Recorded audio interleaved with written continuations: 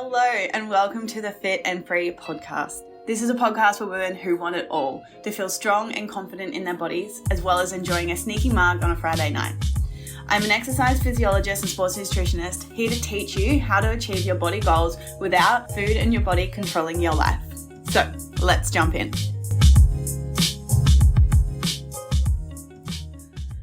Hello you guys, and welcome back to another episode of the Fit and Free podcast.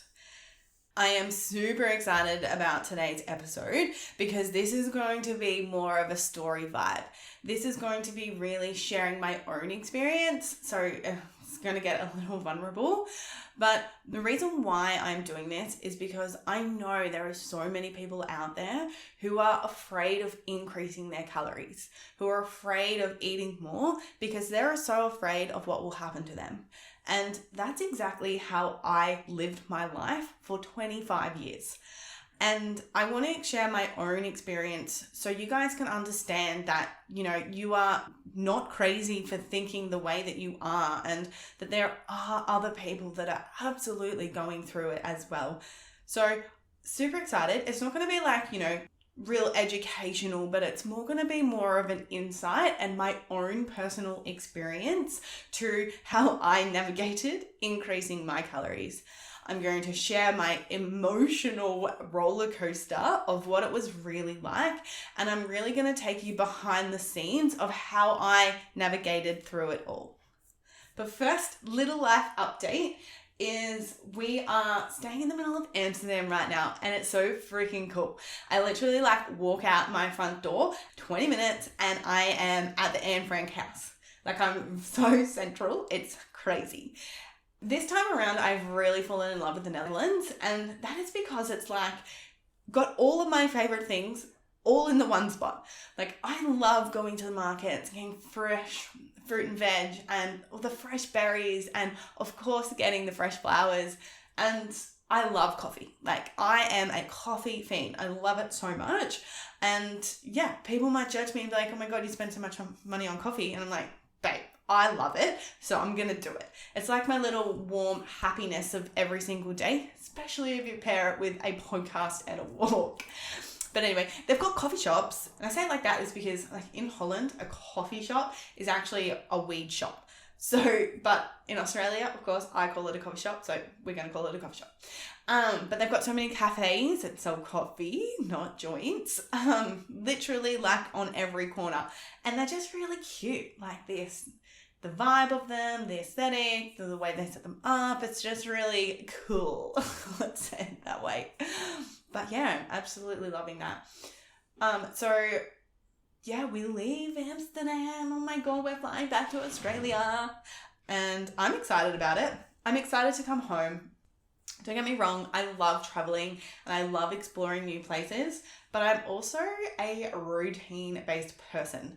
I am very habitual. I like to do my things in a certain order, in a certain way. So moving around has been really challenging for me into challenging that aspect of me, especially, moving place every 2 weeks or every 10 days. So I'm really excited to have a little bit more certainty and stability within my life so that, I can really work on all the things that I spoke about in last week's episode in terms of the strong girl era coming back, which I'm excited about. Anyway, that's it from me. There's nothing there's nothing crazy really going on except, moving, and I'm not looking forward to the jet lag, but I'm learning how to navigate that and get used to it because I've been very jet lagged for a lot of this year. So we're moving through that. Guys, if you haven't written a review yet, can you please just take 2 seconds of your time and give me your honest feedback in terms of how you're enjoying the episode. The reviews really do help me grow this podcast. And now my mission is to help women fuel their bodies correctly without restrictions, find food freedom, and get strong as fuck. And the more people that write reviews means the more people that we can get hearing it, which means the more people that can have this utter sense of freedom and confidence within themselves. And like always, take a screenshot if you're listening and tag me. I freaking love it when you tag me on Instagram. It's so fun. And I love to know that you guys are listening, and I love to know your biggest takeaways, because at the end of the day, I'm planning this each and every week to help you guys. And so, like, if there is ever a topic that you want me to speak to, absolutely ask me on Instagram. Let's chat, talk about it. And then we can really bring it to light on the podcast. So I love it all. So, like I said at the beginning, I'm really taking you behind the scenes of what it was really like for me during this stage of my journey. And the reason why it's really important, I believe, to share this and for you guys to know this now is that we need to normalize that it's fucking hard. It absolutely is so hard if you're in a place where you're constantly thinking about food, stressing about the calories, tracking everything to the T, avoiding social situations because you're afraid of the food. We need to normalize that it's fucking hard. It's controlling. It's like, a demon that's sitting on your shoulder all of the time, really dictating your life. Where there's a part of you, the other side, the angel that is like, there and, trying to guide you. But, the devil is like always just bringing you back into those constant thoughts. So we need to know that you're not crazy, that this is an absolute real thing and you're absolutely not alone. I work with so many women who are afraid of increasing their calories with their goal to build muscle and lean out. So this is something that I'm working with on almost a daily basis. So guys, you need to know that you are not alone and it's okay to be afraid. Absolutely. But it's like this thing of we can let it consume us and control us, or we can understand why it's happening to us so that we can really understand it, so that we can transcend it, so we can let it go, so then we can finally step into this fittest and freest version of ourselves. And the last thing I wanted to say here is that, we do this because we are, we're striving for a body aesthetic, to have the confidence, to feel happy, to be able to go out in the world and just, show up as truly ourselves. And, if you're struggling with body image and you're struggling with food and you're struggling with all of the things, it's really hard to be that version of ourselves. I really think we also need to speak to that it's absolutely okay for having a body goal. It's absolutely okay for having an aesthetic goal. You see it all over Instagram and it's like, performance goals, like that's better, love yourself, all the things. But I think there's nothing wrong with having an aesthetic goal as long as it doesn't consume you. So who doesn't want to look good in a bikini, right? Like I know I do, but I also want to have this sense of freedom, and that's what I want for everyone. So what you guys are going to know by the end of this podcast is through my story, I'm really going to give you some tangible tips and maybe bring you into awareness of some things that you might be struggling with and operating from, some limiting beliefs that you might not yet be aware of. And some real tangible tips and things that I did, so maybe that can help you in your journey so that you can integrate them. So you can start increasing your food with confidence so that you can finally build muscle and lose fat once and for good. So I'm going to take us back, and I'm going to take us back to 2020. And I just want to rewind time a little bit just because I really think it's important to set context to the story. And I know that I've shared my story before in terms of like getting my period back and all the things, but this is going to be specifically how I felt and how I navigated eating more food. So let's go back to when I hit fucking rock bottom. I remember waking up and getting out of bed, and I had a full length mirror like just as I got out of bed, and I looked at myself and I was like, holy shit, Loz, like you have taken this way too far. You are so small, you are so weak, you are cold, you are thinking about food all of the time. Sure, you finally got under that 60 kilos, you're under that goal weight that you've been trying so hard to achieve. Yes, you hit a size 8, but what else has that given you? That has given you no social life, no libido, constant thoughts around food. It was literally the one thing that I thought was going to give me the happiness and was going to give me the confidence, aka a smaller body, actually did the opposite. So let's rewind 12 weeks before this exact moment. So this is when I hated my body. I hated my stomach. I would do anything and everything to get a flat, smaller stomach. I would say my relationship with food was already quite bad here. I didn't really necessarily realize it at the time, but I look back and I get like highlights on Instagram on like, oh yeah, you know, your story from 2021.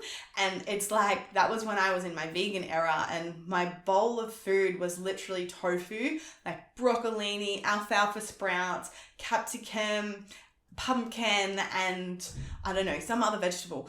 But the point was my plate was full of vegetables and protein. There was no complex carbohydrates and there was absolutely no fats. So of course I felt like shit all the time.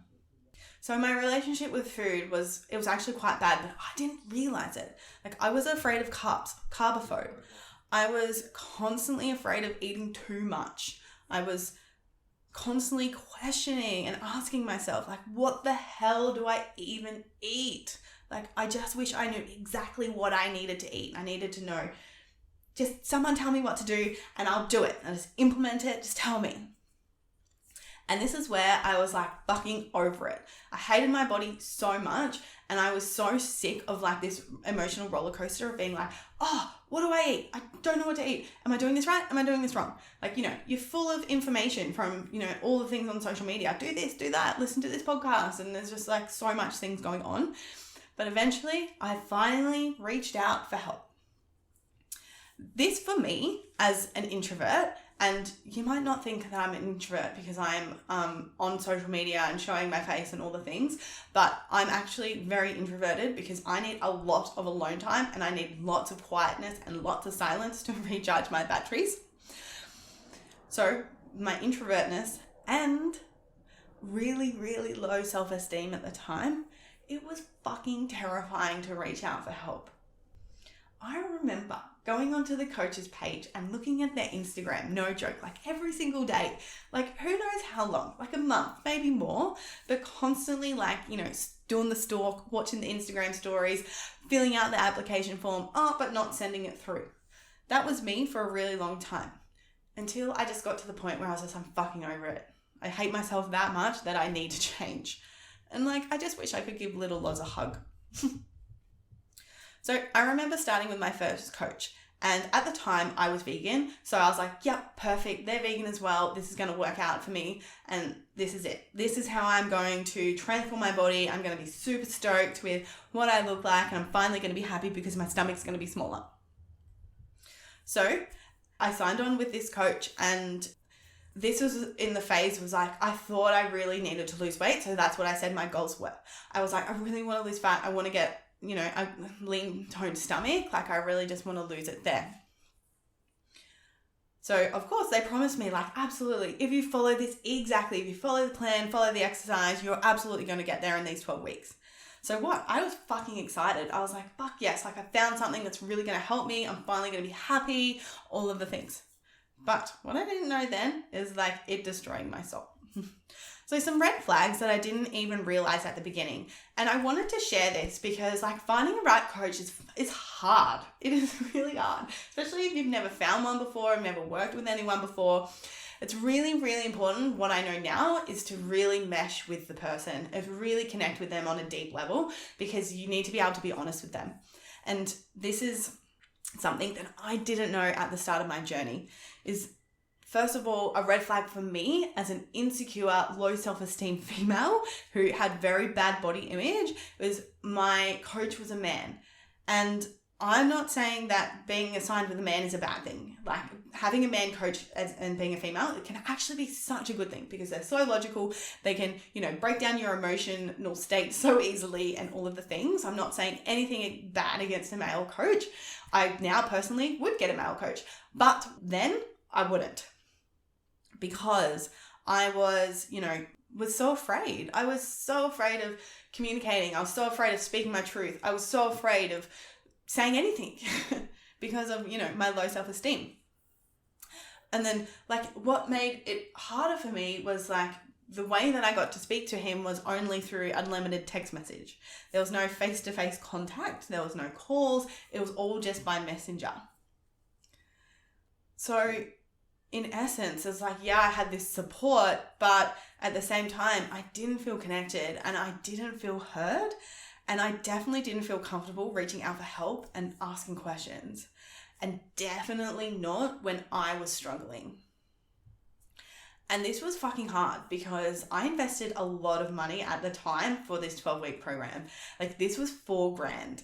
And I was so invested. I was like, yes, I want to fix this problem. I'm going to invest this much and I'm going to give it my all. But at the same time, like, I didn't feel comfortable. When I received my meal plan, I was like, of course, super excited about it because I was like, yeah, this is going to help me reach my goal. But like after 2 weeks, fucking over it. I was eating 2 serves of protein powder a day. Like, yeah, like I get that on low calories and a vegan diet. It is hard to get your protein intake. I fully understand that. But having something that you don't like and trying to stick to it for a long period of time is never going to work. But of course, because I invested so much money and because I hated my stomach so much, I just sucked it up and just did it with, you know, with that anticipation of being like, yes, like when this 12 weeks is over, then it's, you know, things are going to get better and things are going to change. But of course, things are just going to go back to normal if you're not enjoying the way you got there.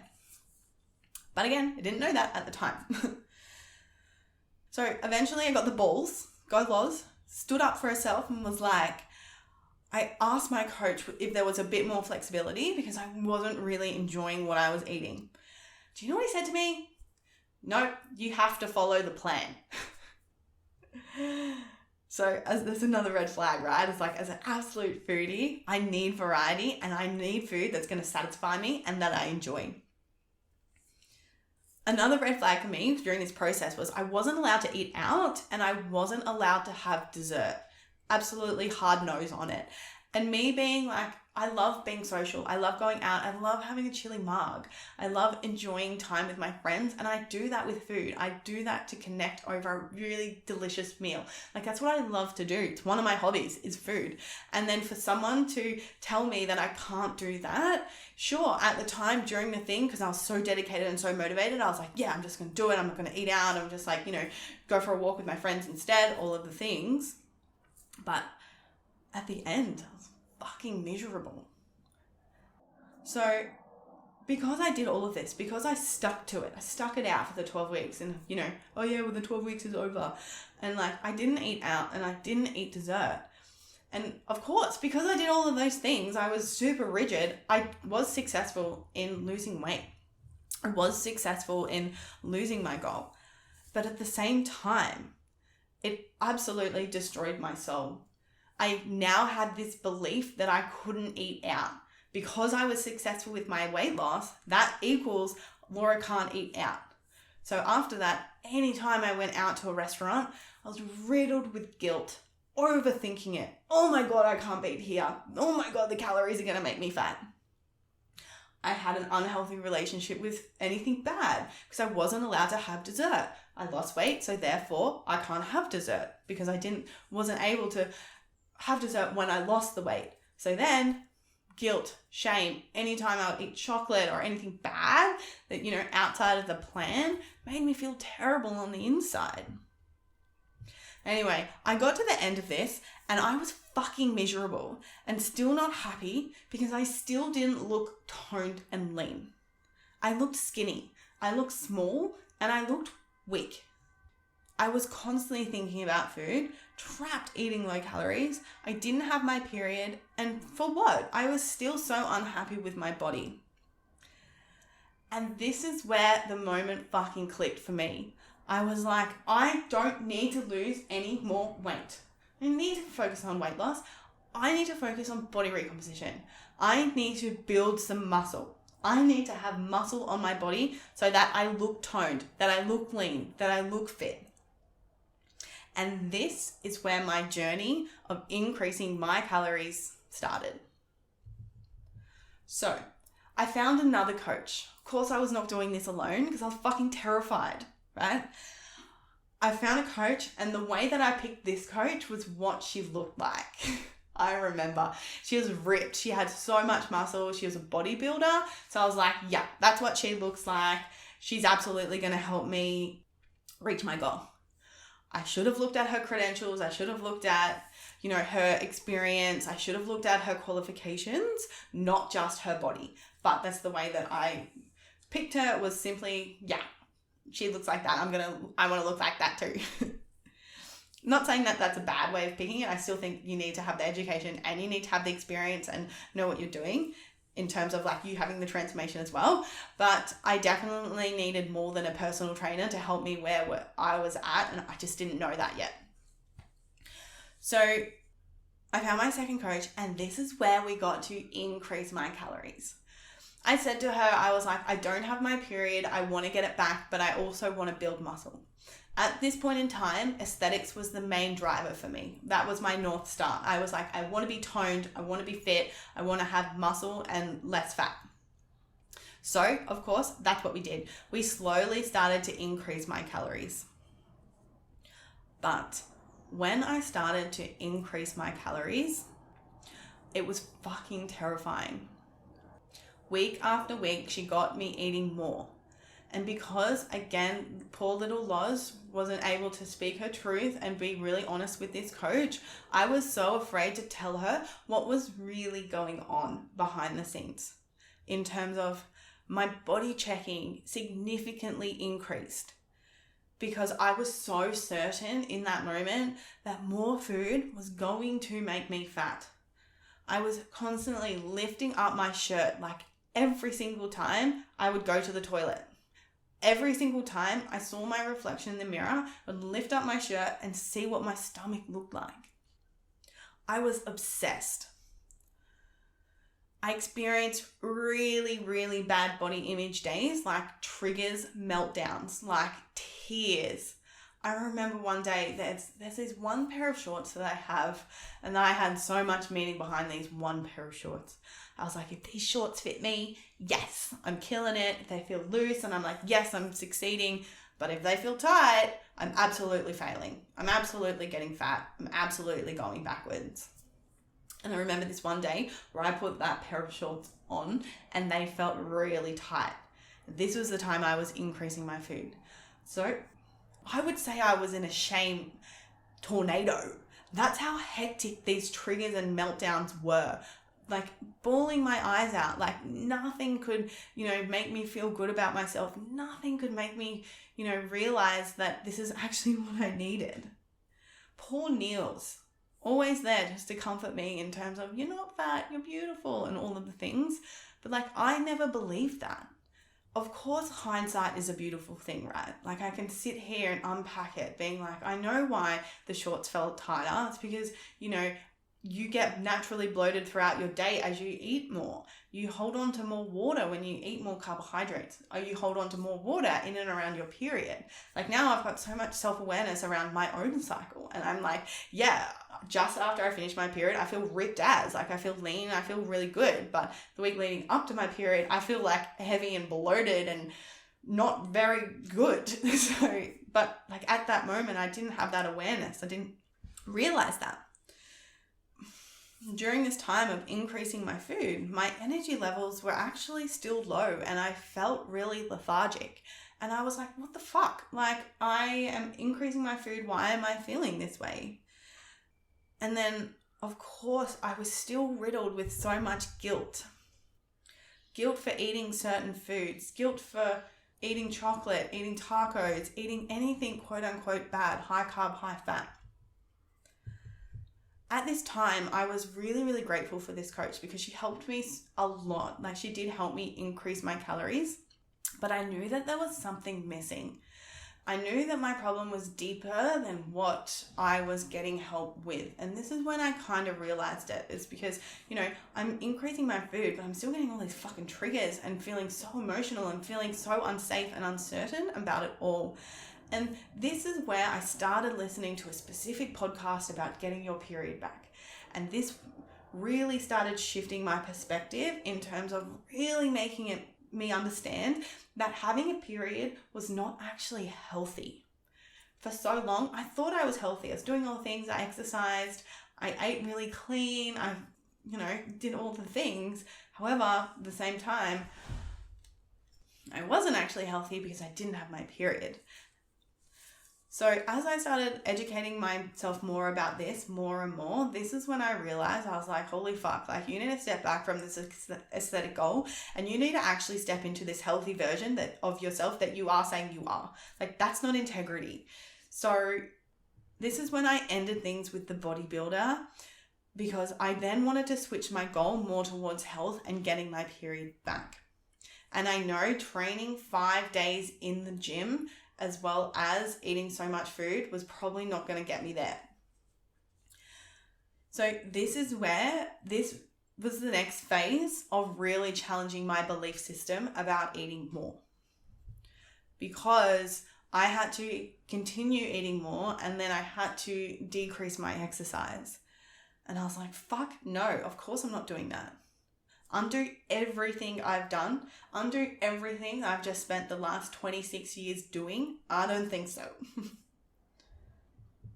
But because my North Star was in alignment with getting my period back, I slowly integrated change. Slowly. Because it's fucking hard. It's so hard emotionally. I had to give up tracking and I had to sit in the uncertainty of not knowing numbers. And I had to learn how to build trust with my hunger and fullness cues. And that was so terrifying. My hunger hormones were so out of whack because I had ignored them for 3 years of my life. I didn't know what it felt like to be hungry and I didn't know what it felt like to be full. So of course I did not trust myself. Plus, on top of this, my extreme hunger was so bad. This happens if you go through a period of undereating and restriction. It's your body's natural response to get you back into that homeostasis. It drives up your appetite when you finally allow yourself to eat. So this in itself really challenged me again in terms of eating more. It was fucking so emotional. Again, meltdowns. I remember going out for dinner and we went out to Rice Boy. If you're on Sunny Coast, you know, really nice Asian fusion restaurant. And I ordered the tofu yellow curry and I ate it. And the curry's freaking big. And I ate it and I ate all of it. I ate all the rice, all the curry. And then I sat there after it and I was thinking to myself, I was like, fuck, I could eat another one of these. I'm still hungry. And then I look around me and at my friends and my male friends, and one of my male friends is huge and he's like finishing his curry and he's like, oh, I'm full. And I'm like, I sit there to myself and I'm like, how the fuck can I eat this whole curry and still be hungry and he not be? Right? Do you know what that did to me? Right? You sit there and then you dwell on it when you're supposed to be there out for dinner, but internally you're sitting there and being like, fuck, I'm going to get fat after that. Oh my God, he's eating that and I'm eating this. Why do I eat so much? And all of the running thought stories are just, just running through your veins. And it's just like, you're stuck on inside an elevator and you can't get out. Anyway, so we need to normalize that, letting go of tracking calories is fucking scary. Learning how to trust yourself, learning how to trust your hunger and fullness cues is emotional. Learning how to let go of things needing to be perfect in a certain way is really, really hard. But the thing is, if I never went through any of this, it's I would never be sitting here right now. So eventually this all evened out for me. And finally I learned what it felt like to be full. I understood, okay, I get it. This is what it feels like in the stomach. This is what it feels like in the body. This is what it feels like in the head. Okay, I get it. I understand now. Of course, it took time. It took a lot of emotional breakdowns. But then what happened to me was then I had a new trigger of feeling full. Feeling full then became a trigger for me of eating too much. After I'd finish a meal, my tummy would feel full, my pants feeling not tight, but just full. And I feel satisfied. But then I was making that mean now that I had eaten too much. Because I spent the last 3 years not feeling that way because I was constantly underfueling. So what I made that mean was I'm going backwards. I'm eating too much. I'm getting fat. And this is the whole thing. And this was the biggest lesson that I learned through all of this. The reason why it is so hard emotionally for me, multiple meltdowns and tears of how I wasn't good enough or how I wasn't going to reach my body composition goals, of my clothes, not fitting me perfectly and right and what they used to fit like, not feeling confident and trying multiple outfits on and constantly telling myself that I have no clothes. The reason why that all of this was so emotional for me was because I was so afraid of what eating more would do to me and then what that meant about me. It was never about the food. It was about what I was making the food mean about myself. My deep-rooted fear of getting fat, of fat phobia, and it absolutely is a real thing. And then what getting fat then meant for me. And that's the thing. I was never afraid of the actual being fat. I was afraid of what fat meant. So for me, that meant that I would be ugly. That means people wouldn't find me attractive, and ultimately I wouldn't be good enough. My whole identity was wrapped up in being the fit one, being the sporty one, like being good in the gym. Like that's where I got praise. That's where, I felt good. That's where I felt enough. And all of a sudden, like all of this was taken away from me. I was like, who the fuck am I anyway? Who actually am I? And this is the biggest lesson I learned, was because I was making weight gain equal fat gain. I was making eating more equals fat gain. And if I ate more, I would get fat. But ultimately, and I can sit here with pure evidence, that's absolutely not true. Because what increasing my calories actually meant was, and I didn't realize this at the time, was that I would finally reach my 100 kilo hip thrust goal. I would finally be able to do a pull-up. The biggest thing was actually finally able to build muscle and look toned, which meant that I could finally change my body composition in terms of building muscle and losing fat and finally actually being confident in my body. If I didn't eat more, if I didn't go through eating more, I would still be thinking about food all the time. I would still be in binge restrict cycles. I would still be riddled with guilt and shame.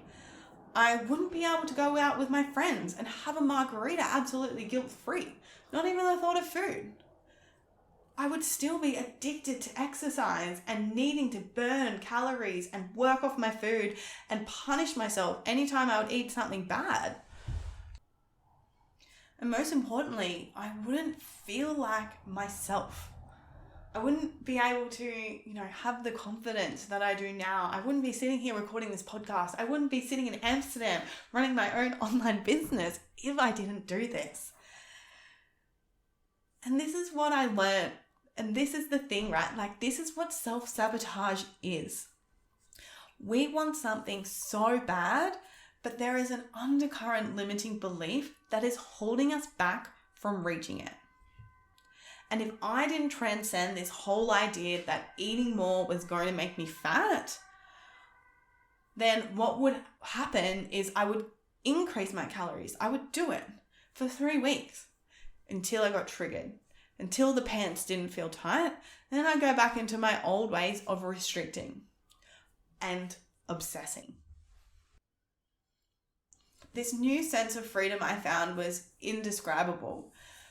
Coming from a place where your life is revolved around what you can and can't eat, your mood is dictated by it, how you feel is based off what your body looks like, it's fucking tiring. And with all of that being said, it's like, yes, learning that I was operating from the deep-rooted fear of getting fat and needing to transcend that and actually realize what eating more actually meant is, eating more actually means muscle and losing fat. And it actually just like, it makes me think of a conversation that I had with a client yesterday. She went more than just eating more to maintenance. She went into a surplus. And one of the things she said to me, she was like, I was afraid, but it wasn't as bad as what I thought it was going to be. Because that's the thing. It's like when you eat more and even go into a surplus, you build muscle. So you actually get more shape to your body. Yes, you will gain fat on top of the muscle, but it's not as much as what people make it out to be. But with all of that being said, it's a really important lesson. Like, yes, learning to transcend this fat phobia and eating more equals weight gain. But another really important lesson for me that was vital to my success was I needed both, as I needed the nutritional education, plus I needed to build a healthy relationship with food, but most importantly, myself. If I didn't work on my self-worth, my self-acceptance, self-belief, self-respect, at the same time that I was increasing my calories, I would have definitely gone back to restricting and overtraining. I truly believe that this piece is often forgotten when it comes to 12-week plan challenges. It's always focused on this is what you have to eat and this is how you have to train. But there is never a focus on self-love. There is never a focus on how you perceive yourself through the journey. Because how is a nutrition plan and an exercise plan ever going to help you if you continue to call yourself fat every single day? Or if your pants feel tight and then that leads to a meltdown and then you think that you've gained 5 kilos. Working on my body image stories and how I perceive myself through this whole journey was pivotal to my success. And this is where I joined another program that was designed to help me increase my sense of worth, increasing my confidence and connection back to my feminine. As you can see, I'm a bit of a personal development junkie. I love personal development, and that's why my coaching style is so much more than just a nutrition and exercise plan. One of my clients, I love her to bits. She messaged me and she was like, oh, I just love your advice. It's just so much more than exercise and nutrition. I'm like, well, yeah, it's understanding why we do certain things, why we do what we do. And if we don't understand that, we're never going to be able to have full transformational change. So in all of that, what I truly learned was my internal had to change first. I was attaching my worth to that number on the scale, to a progress photo. But what I needed to do was I needed to learn how to detach it. I need to learn how to appreciate that I'm worthy now, regardless of what my body looks like, regardless of what the weight scale said.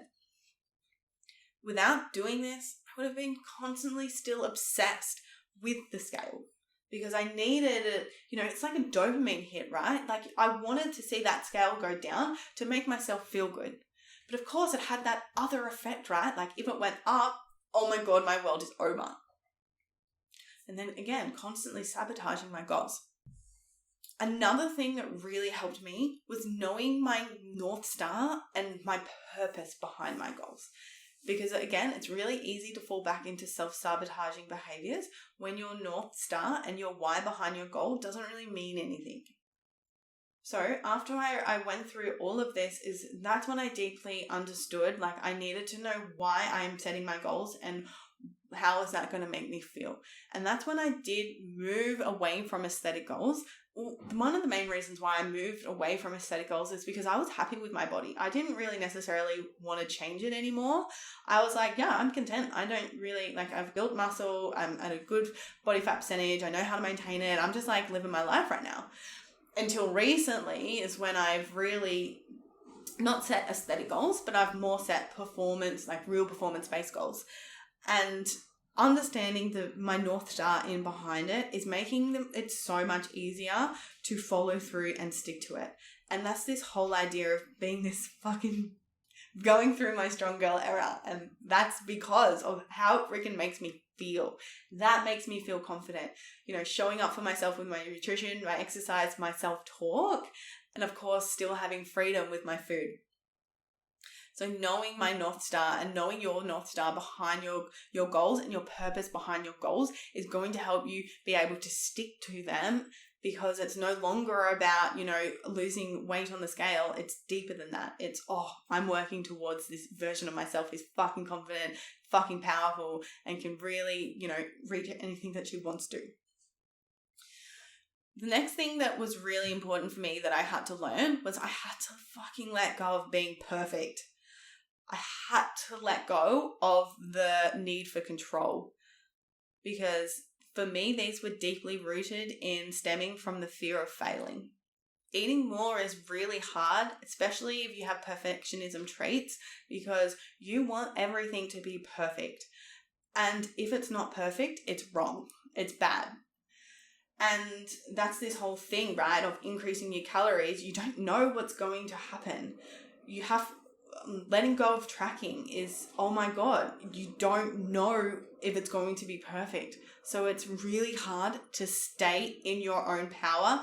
Don't give your power away to it.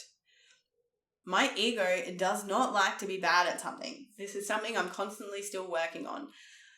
But because of that, it was really pulling me back from trying new things and, really being able to find this sense of food freedom and this being able to fuel my body correctly, because, still operating from that fear if I eat more, I'd get fat, and therefore I'm failing. I'm not doing it right.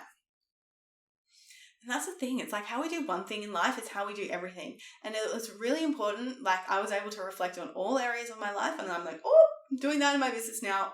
I'm doing that in my personal life. I'm doing that in my friendship.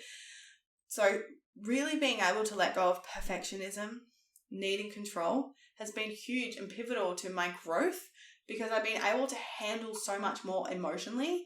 And as my business coach says, is your business will only ever grow to the level of problems that you can handle.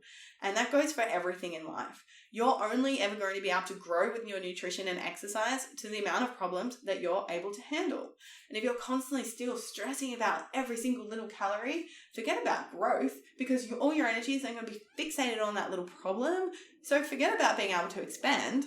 And this is it, like this perfectionism and this need of control was the big driver behind the obsession of the food, of needing to be in control of what my body looked like. Because at the end of the day, letting go of my perfectionism and letting go of my need for control, my body still looks good. Doesn't actually affect it by focusing on and concentrating so much in your mind, when we're able to let all those feelings go and still get the result. So, going through that period of time, after I increased my calories, that emotional whirlwind, I sat at maintenance calories for a really long period of time. I then wanted to speak to also last year, I think it was. Anyway, it was when I was in Bali. I decided that I wanted to go into a surplus. I was fucking excited about it. I was like, yes, I've got this, all of the things. So I looked for another coach and I found her amazing, really grateful for her. She taught me so much. But my old stories came back and I was like, whoa, hang on a minute. What the fuck is going on here? This is something that I thought I had fully transcended and fully let go of, but evidently I hadn't. This surplus really triggered the constant fixation on calories again, the constant fixation and the fear of, holy shit, I'm eating too much, when my actual goals were I needed to eat more because I wanted to be in a surplus. But that part of me that was still deeply rooted afraid was preventing me from doing that, right?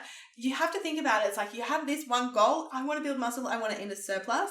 And then you've still got these limiting beliefs of, oh no, you can't eat more. You're going to get fat. And if you get fat, then no one's going to love you and all the things. So that is self-sabotage. And I'm really, really grateful for this experience that I did, because then these things were able to be uprooted, and I was like, shit, I haven't let this go. I actually haven't fully let it all go. And this was an opportunity for me to step into my power and be like, no, fuck, this is what I want to do. I want to build muscle and I'm going to do this. And that's exactly what I did. I had the choice. I could easily go back into my old ways of thinking and old ways of being, or I can step into my power and being like, no, eating more is not going to make me fat. Eating more is going to help me build muscle, and that's what I want, and that's what I'm going to do, and that's what I'm going to listen to. And now I can look at it as like, I love having a emotional response and a trigger like this. Sure, I don't fucking love it at the time because it fucking sucks. But when you can start utilizing your triggers in terms of like what you haven't learned yet about you and what really you need to work on and what you still need to transcend, that is how you grow. That is how you become a next level version of yourself. Like, something else that my business coach says is like, often after every breakdown, there is a breakthrough, right? You can choose to just ignore it and just keep living your life, or you can decide to reflect on it and understand why it happened so that you can really let the fucking shit go. So, like I said, I'm fucking grateful for this experience because it taught me a lot still about my body image issues that I still had going on. I was then able to sit with myself and understand and unpack everything. I had a session with my hypnotherapist as well. She really helped me in this time just to understand more about myself. And like that's why I love coaching, because you don't know what you don't know. And that's why I always reach out for help when I'm like, deeply rooted in something that I'm just so unaware of. So then she was able to help me with that. And then I was able to really let it all go. So that's just it, guys. Eating more? Yeah, cool. Eat more. It's fucking easy. Lol jokes. It's not easy and it's fucking hard. So, my key takeaways for you guys is that if your goal is to lose fat and build muscle, and you have to increase your calories to get there, you have to build muscle, and in order to build muscle, we need to not be in a calorie deficit, I really recommend exploring the relationship you have with yourself at exactly the same time. Working on your own self-worth, working on self-respect, self-belief, working on, building your worth away from what you look like and achievements that you might do, or succeeding in a certain thing. Is we are worthy from the minute we're fucking born. Minute we came out of our mama, we were worthy. And that's what we have to learn and realize. Having a regular journal practice, let me know. I think I'm going to do a whole episode about journaling because I fucking love it and it's changed my life. And I really think that people need to learn how to utilize it properly. But having a regular journaling practice and checking in with yourself every single day, and simple, you can just start with the one journal prompt with like, how am I actually feeling? Or a really good one is like when you eat something, for example, and then you feel guilt and shame, or you feel like you've done something wrong. That's a perfect experience to bring to your journal and being like, why am I feeling guilty right now? What am I making this mean? The second big takeaway, and you've probably noticed this throughout my whole story, is like always have support, always have a coach, always have someone to rely on. And the biggest thing, my biggest tip here is make sure you connect with them. Make sure you can trust them. Make sure that you mesh with them, because there is nothing worse being in a coaching relationship where you cannot be honest. The support of having someone in your corner, someone to ask a question, someone to tell that you're having a bad day can absolutely be so transformational, because you feel so held and you feel so supported. Investing in yourself can be fucking terrifying, but hand over heart, and I know it's easy for me to say because I'm here now and I've done it, but it's this whole idea of like you don't know until you know. And I didn't know what it was like to have a coach and a mentor until I had one. And now I will never go without one. Next takeaway is reflect on your relationship with your self-talk. How do you talk to yourself every single day? Do you wake up and say something positive, or are you first to jump down you don't look good today, you need to be good today, you need to eat clean today? Because the way we speak to ourselves is setting up our mood, is setting up how we feel about ourselves, and then most importantly, like how we're showing up in the world. Next, I want you to reflect. Another big takeaway is reflect on your relationship with body checking and weighing yourself every day. If it's not supportive on your journey, you absolutely do not have to do it. Like, look at all the evidence around you of people that are not weighing themselves every single day and look fit and toned as fuck, right? And that's the thing. It's like weighing ourselves constantly is why. Why are we doing it? Most of the time we're afraid of it going up and what the scale going up means about ourselves. It's got nothing to do with the scale. It's got everything to do with an increase in the number means, I'm fat, going up a dress size, all of the things. So you don't have to be doing that every single day in order to see result. Like, I don't use the scale with some of my clients, some I do. It's just a tool in the tool belt to measure progress. And if it's the only measure of progress that you're currently doing, I suggest you switch your measure of progress. And then lastly is reflect on your relationship with calorie counting. Is it helpful? Is it harmful? Because at the end of the day, you don't have to calorie count, especially if you've calorie counted before and you've got a good understanding of, how to balance a plate at your maintenance calories, how much protein you need, carbs and fats to fill up your plate.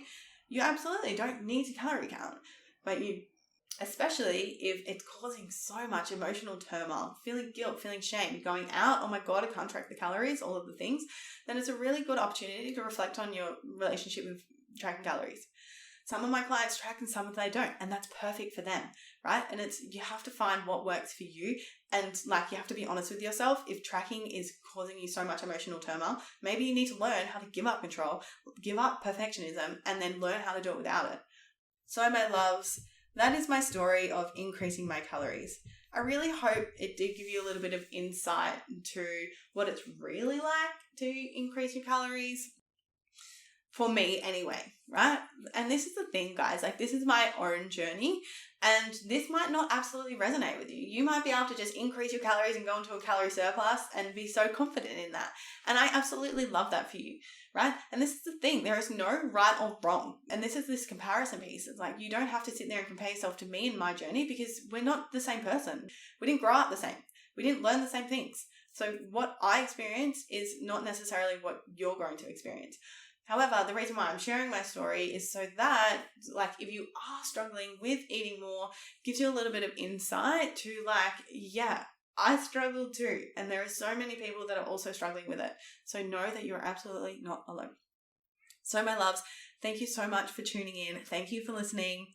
I'm super excited about what's coming up. I've got a couple exciting episodes coming for you guys that are really going to help. But until then, thank you for being here. I love you always, and I'll be in your ears next week. Bye.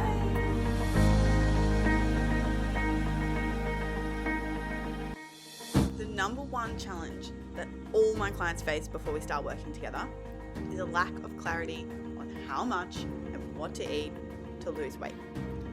Often they are making two huge mistakes, constantly trying to skip meals or eat under 1,600 calories. Secondly, only allowing themselves bad foods like chocolate on the weekend, but end up binging, all to tell themselves they're going to start again on Monday.